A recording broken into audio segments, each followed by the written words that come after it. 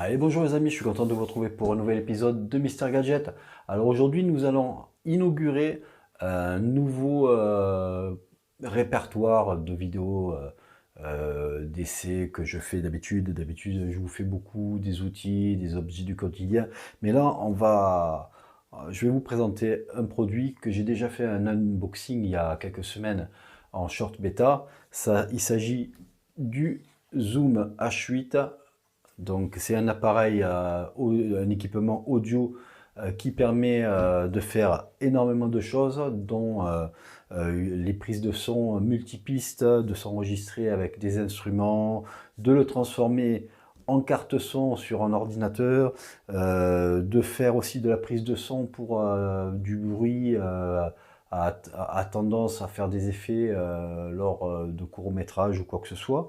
Et puis aussi, il a une fonction où il peut se transformer en appareil de podcast, c'est-à-dire pour pouvoir faire des émissions radio et en le faisant en direct ou en enregistré comme vous voulez. Donc en fait, c'est un couteau suisse du multi-piste audio enregistreur.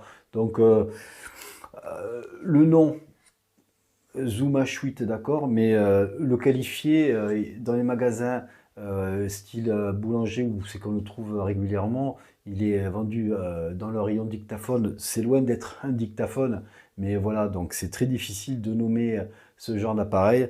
Ce que vous pouvez savoir, c'est qu'en fait, c'est un couteau suisse de l'audio. Donc vous pouvez faire tout avec, c'est-à-dire c'est un appareil qui pèse que à peine un petit peu plus de 400 grammes. Donc il est très léger, il s'emporte partout, il est costaud. Hein, au niveau des plastiques, même s'ils paraissent basiques, c'est très costaud, vous pouvez le faire tomber, il ne va pas broncher. Vous avez tout un tas d'équipements, vous avez des diodes sur cet appareil qui vous montre soit que vous êtes en lecture de la piste, soit que vous êtes en enregistrement. Donc on peut faire énormément de choses avec ce produit. Mais tout d'abord, on va passer le générique et puis on va y revenir un peu plus profondément dans les caractéristiques. Et puis même si je ne veux pas trop faire une vidéo caractéristique pure, je vais vous dire un peu surtout mon ressenti avec cet appareil. Allez, c'est parti. C'est Mister Gadget. Bon, ben que peut-on dire de cet appareil? Eh bien cet appareil, c'est un appareil qui est multifonction, comme je vous disais tout à l'heure. Donc je vais l'allumer et puis je vais vous montrer. Donc c'est un appareil qui permet de vous enregistrer. Donc il a déjà trois applications, hein, comme vous pouvez le voir sur l'écran. Il a un écran tactile. Voilà, il y a trois possibilités de faire des choses. Il y a déjà trois applications qui sont prédéfinies dès le départ, c'est-à-dire extérieur, c'est-à-dire qui vous permet d'enregistrer le son ambiant, les sons d'ambiance, les sons particuliers. Par exemple, vous voulez avoir un bruit d'oiseau ou quoi que ce soit, ou un bruit de cheval au galop ou quoi que ce soit. Donc vous allez pouvoir capter ça avec cette application extérieure. Après, vous avez une deuxième application qui s'appelle musique. Et là, en fait, on rentre dans vraiment l'application pure musicale de ce produit. Donc vous allez avoir euh, une application qui vous met en multipiste, hein. Donc vous voyez, vous avez 6 entrées XLR, dont deux combos, hein, c'est-à-dire qui prend les prises jack, les prises jack à 6 et 6.5 ou en XLR. Donc vous pouvez brancher une guitare, une basse. Donc ce sont des ports qui sont vraiment typiques pour basse et guitare. Mais vous pouvez mettre autre chose aussi, hein, donc il n'y a pas de souci, ça prend tout. Mais c'est vraiment prévu pour cet effet. Donc vous avez 6 entrées, vous avez une septième entrée ici sur le micro, mais ça c'est un petit élément qu'on peut enlever, hein. Donc vous avez ici le connecteur qui vous permet de vous connecter avec ça, hein.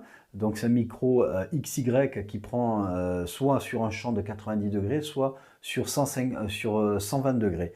Donc vous avez deux choix, vous le permutez, vous voyez ici, juste en tournant les micros. Vous voyez, là, vous êtes sur le 120. Donc voilà. Donc ça, c'est un module que vous pouvez enlever. Vous pouvez mettre d'autres modules dessus. Vous pouvez mettre un micro canon. Vous pouvez mettre aussi un autre module comme ceci, hein, qui vous permet de le transformer en enregistreur jusqu'à 12 pistes au lieu de 6 à 7. Donc voilà, donc sur ce point-là, c'est pas mal. Donc vous voyez, même si les plastiques sont un peu cheap, hein, bon, ça c'est Zoom, c'est la caractéristique de Zoom, tous leurs produits sont faits avec des plastiques assez cheap, donc on peut le regretter, mais d'un autre côté, c'est très costaud. Donc vous voyez, donc il y a la j'arrive pas à parler. Vous avez le côté pratique de ces appareils qui sont très simples à utiliser, très intuitifs. Et puis vous avez d'un autre côté le design qui peut être super comme celui-là. Donc ça ressemble beaucoup à une araignée. Donc moi ça me plaît beaucoup, d'autres ça va pas plaire, mais ça procure un design qui est sympathique et puis avec les fonctionnalités qui vont avec. Donc là on était sur l'application musique. Donc vous avez, comme je peux vous montrer là, vous avez tout un tas de pistes. Voilà, XY, l'XY c'est pour ici. Vous avez après 3, 4, vous avez les pistes AB qui sont faites ici. Et puis vous avez le master qui est au fond. Donc on a une mini table de mixage sur l'écran. Et donc on peut actionner facilement. Vous voyez, le tactile réagit très bien. Donc on peut les mettre comme on veut sans problème, hein. Donc voilà. Donc ça c'est l'application que nous appelons musique et qui est appelée musique sur cet appareil. Après nous avons une troisième application. Donc c'est l'application que je vous disais tout à l'heure pour faire des podcasts. Donc vous avez, voilà, ça met quelques secondes pour se charger, mais ça va quand même assez vite. Et donc vous allez voir, vous avez un poste de travail qui est assez sympa. Et donc vous avez des petits pads que vous pouvez prédéfinir comme vous voulez. Donc vous avez un pad pour les jingles. Moi j'ai mis un pad pour mettre une musique de fond. Donc pendant toute comment ça s'appelle, l'émission radio, vous avez la musique de fond qui est très basse en volume qui joue derrière pendant que vous parlez. Et puis après vous pouvez programmer différents jingles, des claps, beaucoup de choses sur ces pads.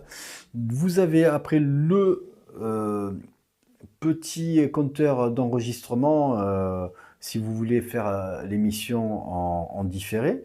Donc vous avez le choix, vous pouvez faire soit en différé, soit en direct, hein. Donc vous avez après les réglages, vous avez aussi le micro si vous voulez faire différentes entrées sur l'appareil. Si par exemple vous voulez mettre un téléphone et faire une interview à distance, donc vous prenez votre téléphone et puis vous le branchez sur la prise XY qui est vraiment fait pour ce genre d'intervention. Donc vous n'avez pas de soucis, ça fonctionne très bien. Et donc vous pouvez mettre sur les autres ports, vous pouvez mettre différents appareils, soit des tablettes ou des ordinateurs et qui vous relaient les différentes personnes qui sont à distance pour des interviews en direct. Et donc c'est pas mal. Donc voilà ce qu'on peut dire sur les 3 applications qui sont prévues d'entrer sur cet appareil. Hormis ces applications, vous avez d'autres fonctions sur cet appareil. Donc comme je vous le montre ici, vous avez un bouton qui est marqué interface audio. Quand on appuie, vous avez soit mix stéréo PC Mac. Donc ça va sur les PC et les Mac, bien sûr, c'est compatible sans driver particulier. Et donc ça transforme votre appareil en carte son. Donc vous pouvez mettre différentes entrées et travailler avec différents logiciels que vous avez besoin, soit Premiere Pro, soit un logiciel de montage musical. Donc vous pouvez faire beaucoup de choses. Vous avez aussi un endroit où c'est marqué Mix Stéréo iPad. Donc pour faire exactement pareil, mais avec un iPad, donc ça transforme l'appareil pour une carte son vers un iPad. Et vous avez après l'emplacement multipiste PC Mac. Et là, c'est fait, il se transforme en table de mixage pour mixer les différentes pistes qui vont rentrer après dans l'ordinateur. Donc voilà, ça c'est la fonction interface audio. Après vous avez bon, le bouton niveau sortie ligne.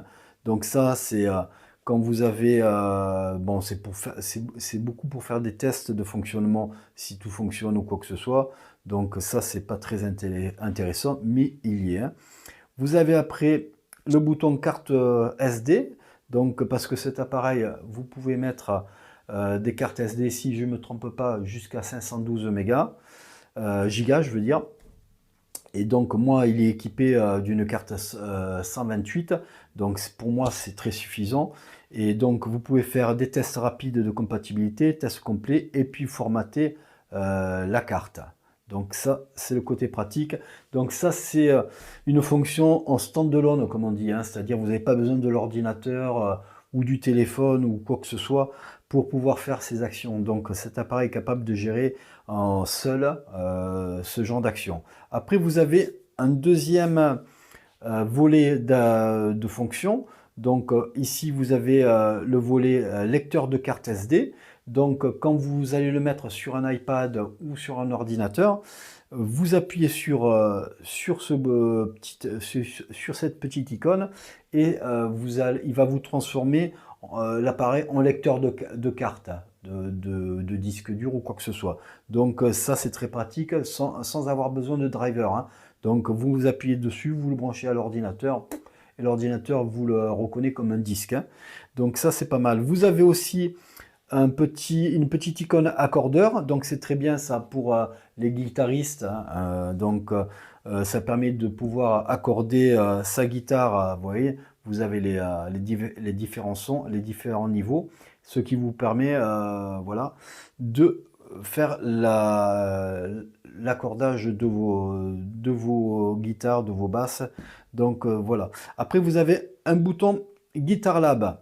Donc moi je l'utilise pas trop, mais il est fait pour pouvoir brancher une guitare avec le port A qui est là et de mettre des effets comme on voit. Vous pouvez mettre différents effets on, off. Voilà, donc là c'est pas branché, donc ça va pas le valider, mais vous avez 3 pédales virtuelles que vous pouvez brancher soit individuellement ou soit ensemble, et vous avez une cinquantaine d'effets que vous pouvez avoir dessus. Donc après vous pouvez quand même aussi déformer les effets, les faire un peu à votre façon. Donc ça c'est pas mal. Donc ça c'est le côté lab pour guitare. Après vous avez le Bluetooth. Alors le Bluetooth, voilà, je vais le mettre là. Donc moi j'ai mis le module Bluetooth qui est là. Donc c'est un petit onglet qui vaut à peu près 40 € et que l'on met ici sur ce port et qui vous transforme en Bluetooth l'appareil. Alors, il ne va pas être compatible avec tous les appareils. Donc avec votre téléphone, il ne va pas être compatible. Il va être compatible surtout avec un iPad, un iPhone, voilà, avec la gamme iOS ou Apple, hein. Donc de ce côté-là, c'est un petit bémol parce que bon, j'aurais aimé qu'il soit compatible aussi avec un appareil Android ou un autre ordinateur. Ça n'est que pour les appareils Apple. Donc ça, c'est un petit bémol. Et donc vous avez après la dernière icône qui est langue et qui vous permet de mettre en français, en anglais, en japonais ou en chinois, ce que vous voulez. Donc voilà ce qu'on peut dire dans un premier temps au niveau fonction pure de l'appareil. Donc maintenant, on va s'attacher sur quelques fonctionnalités, sur les caractéristiques un petit peu de l'appareil. Ben, comme vous pouvez voir, quand vous êtes sur l'appareil, sur l'application musique, voilà, donc vous avez toutes les entrées ici, elles sont reliées chacune avec des potards. Alors ce sont des potards de gain qui vous permettent de mettre le niveau de gain audio comme vous voulez. Et donc vous avez des niveaux. Quand vous avez la prise de son qui se fait ou la prise musicale, vous avez des vumètres et vous pouvez régler votre potard pour avoir le meilleur son possible sans grésiller, sans dépasser une certaine limite. Donc vous avez là aussi des limiteurs de 20 décibels ici qui sont juste en dessous. Et donc vous pouvez, si vous êtes vraiment trop haut, vous pouvez mettre ces limiteurs de 20 dB supplémentaires. Donc c'est un petit plus, hein. Vous avez ici des boutons, voilà, ils sont en LED, voilà, donc vous appuyez, soit ils sont en rouge, donc ça veut dire qu'ils se valident pour un enregistrement, soit en vert, et ça veut dire qu'ils sont en train d'être utilisés pour une lecture. Donc vous voyez, donc par exemple ici ils sont éteints, donc il n'y en a aucun qui fonctionne. Si je veux par exemple mettre, voilà, ici en ouverture ce micro XY, donc il est là, le potard de gain est ici, et donc je mets mon gain comme je veux, et j'ai la captation qui se fait selon le niveau que j'ai demandé à l'appareil. Et donc voilà, ici, ça veut dire qu'il est prêt à être enregistré.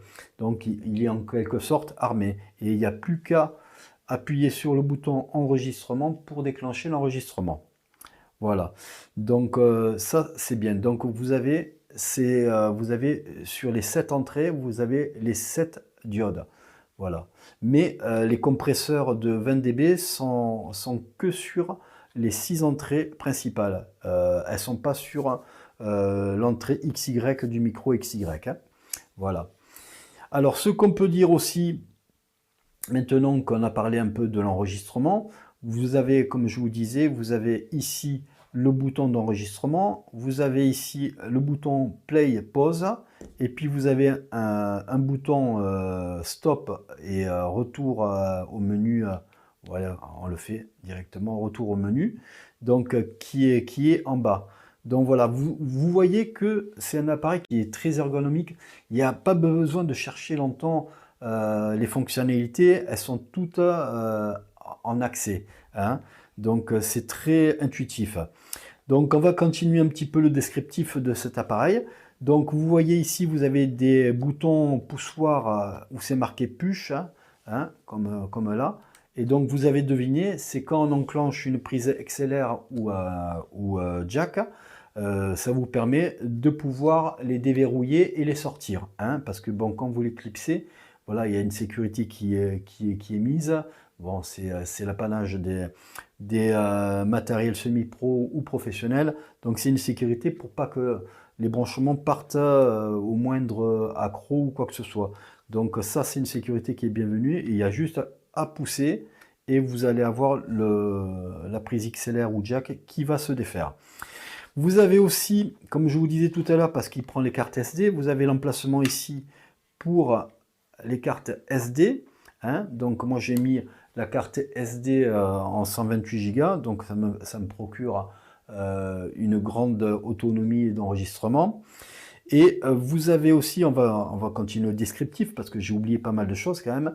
Vous avez aussi une prise ici line out, donc ça veut dire que quand vous avez utilisé toutes les rentrées audio, vous pouvez mettre une prise directe là et la mettre sur un appareil soit vidéo, soit autre pour faire une sorte de contrôle, hein, ou par exemple, on peut utiliser par exemple si j'enregistre un groupe de musique et que je veux mettre la qualité de sortie du zoom H8, je peux le mettre sur une caméra par exemple pour vous montrer comment ça s'enregistre.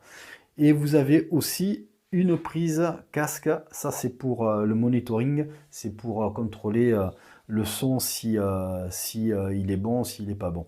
Donc ça c'est pas mal. Donc vous voyez que vous avez dans un format assez compact, vous avez un appareil qui est très, j'allais dire le premier mot qui me vient, très capable, oui. Parce qu'en fait, il est capable de faire beaucoup de choses, mais très bien. Hein. C'est pas comme certains appareils qui peuvent vous proposer plein de choses, mais qu'au final, ça ne vous fait que des trucs bas de gamme ou moyenne de gamme. Celui-là vous propose un rendu professionnel, carrément, ou semi-pro, et tout le monde peut l'utiliser, que ce soit un amateur ou un professionnel, donc c'est assez facile d'accès pour tout le monde. Vous avez aussi, dans le descriptif, vous avez ici un pas de vis. Donc c'est un pas de vis qu'on peut mettre sur un trépied photo, hein, et donc vous pouvez le mettre sur un trépied si vous n'avez pas de place. Donc c'est le côté pratique de cet appareil. Donc vous avez aussi le bouton marche arrêt. Donc vous avez en le maintenant comme ça, vous l'allumez ou vous l'éteignez. Hein, donc là je l'ai éteint. Et puis vous avez ici le bouton hold qui vous permet de sécuriser, de tout bloquer. Tous les boutons, si vous avez des réglages spécifiques, vous ne voulez pas les perdre, vous ne voulez pas les modifier, vous bloquez tous les boutons là avec le hold et vous êtes tranquille pour votre enregistrement. Vous avez aussi une prise micro USB qui vous permet de soit mettre une source électrique à un power bank dessus pour l'alimenter, hein, ou soit pour le brancher à un ordinateur, un iPad ou autre appareil. Vous avez aussi pour l'énergie, si vous ne voulez pas mettre le power bank, vous avez aussi la possibilité et l'emplacement pour mettre des piles. Donc vous avez une vingtaine d'heures d'autonomie pour des piles. Hein. Donc ça tient quand même pas mal de temps, vous pouvez enregistrer beaucoup de choses avant que ça tombe en panne. Donc moi je l'utilise quand même assez souvent et j'ai dû le recharger pour l'instant 2 fois en 3 mois. Hein. Donc c'est un appareil que moi j'ai acquis au Black Friday. Le prix officiel est de 459 €, mais on le trouve à 359 € depuis quelques temps.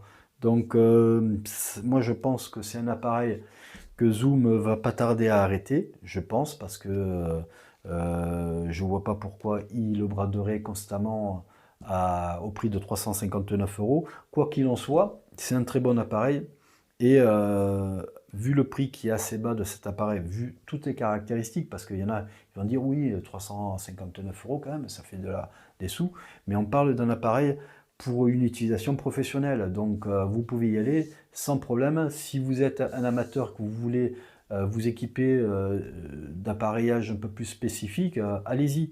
Donc vous ne serez pas déçus, il sort un très bon son, la qualité est là, vous avez un appareil qui est costaud.